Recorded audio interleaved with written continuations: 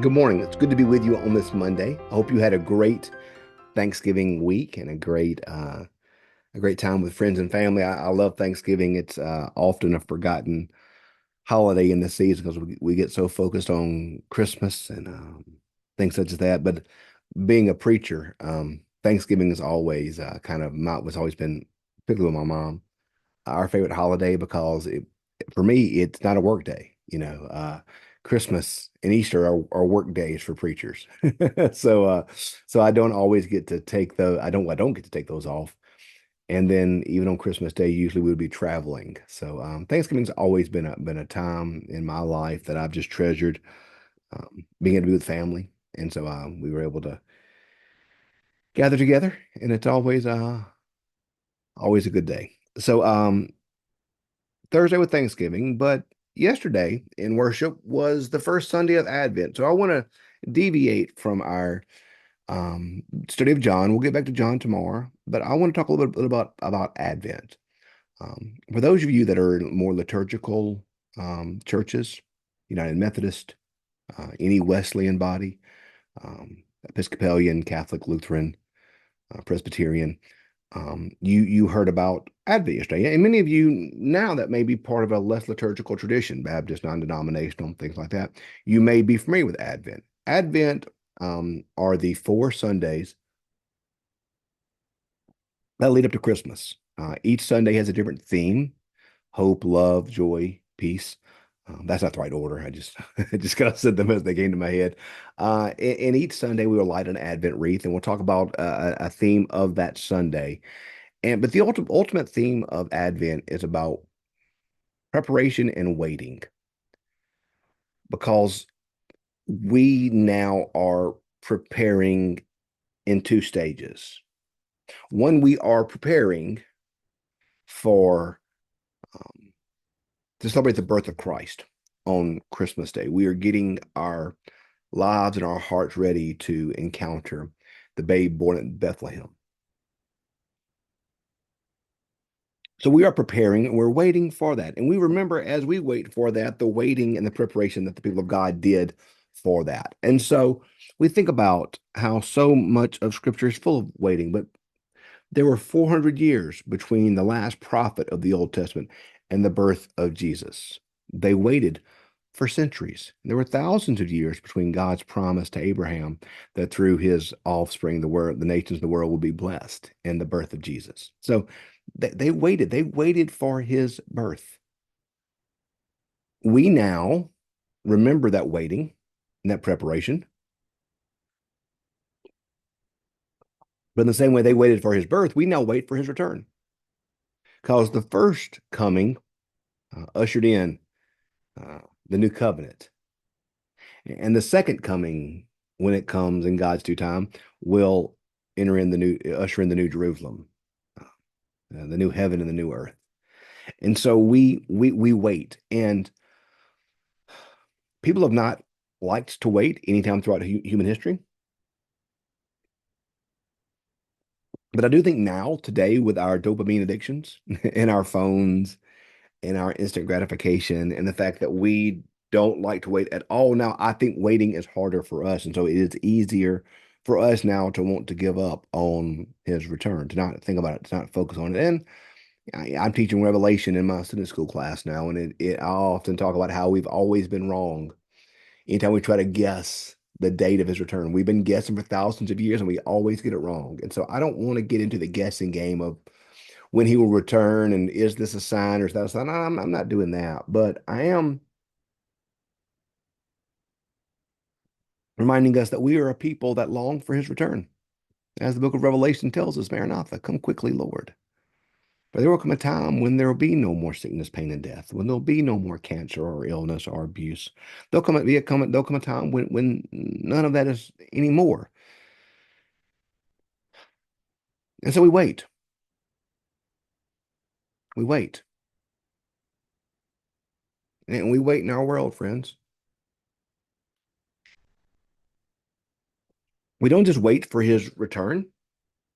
And we don't just wait. We don't just remember the waiting that they did for his birth, but we wait now. We wait on reports from doctors. We wait on contacts from job interviews.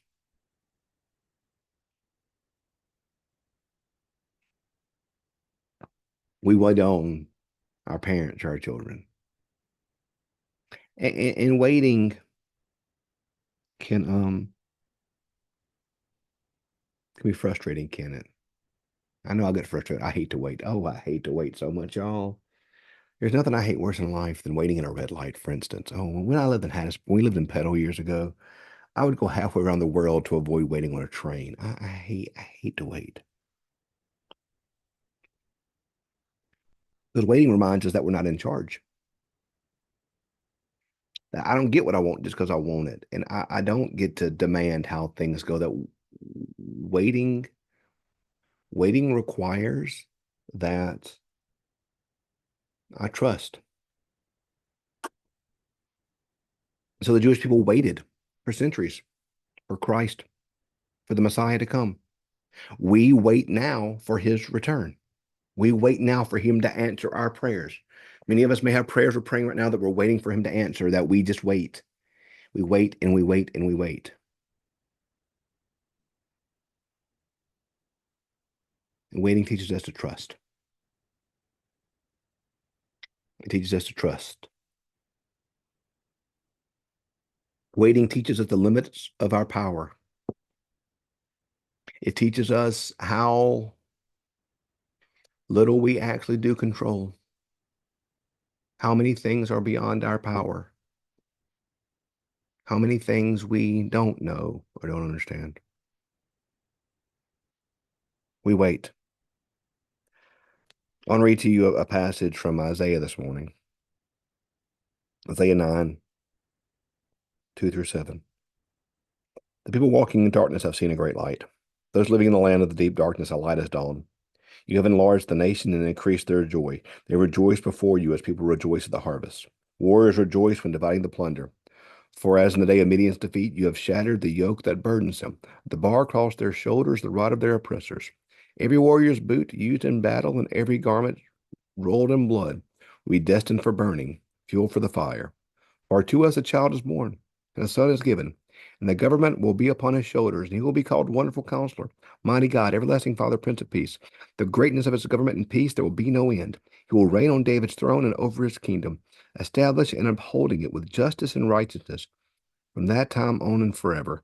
The zeal of the Lord Almighty will accomplish this. One of the things I think that helps in waiting is to remember what we're waiting on. We're waiting on God's goodness. We're waiting on God's plan. We're waiting on God's response.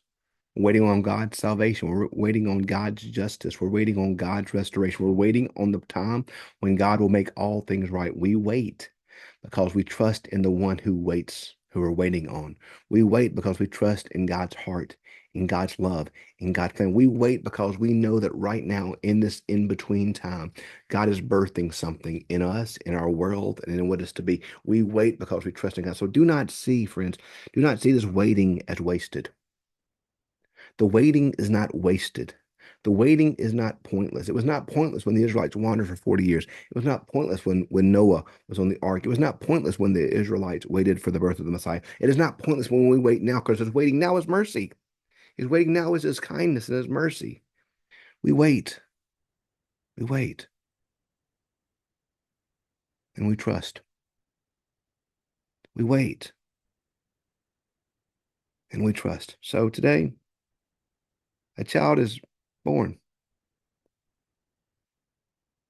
A child is given, and the government will rest upon his shoulders, and of his kingdom there will be no end. Wait with expectations, friends. For God is doing something, and God is up to something.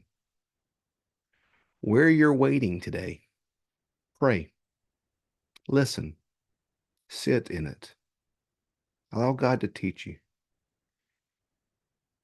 Your waiting is not wasted. Advent teaches us to wait. Your waiting is not wasted. Those who wait upon the Lord will renew their strength, is what it says later in Isaiah. So wait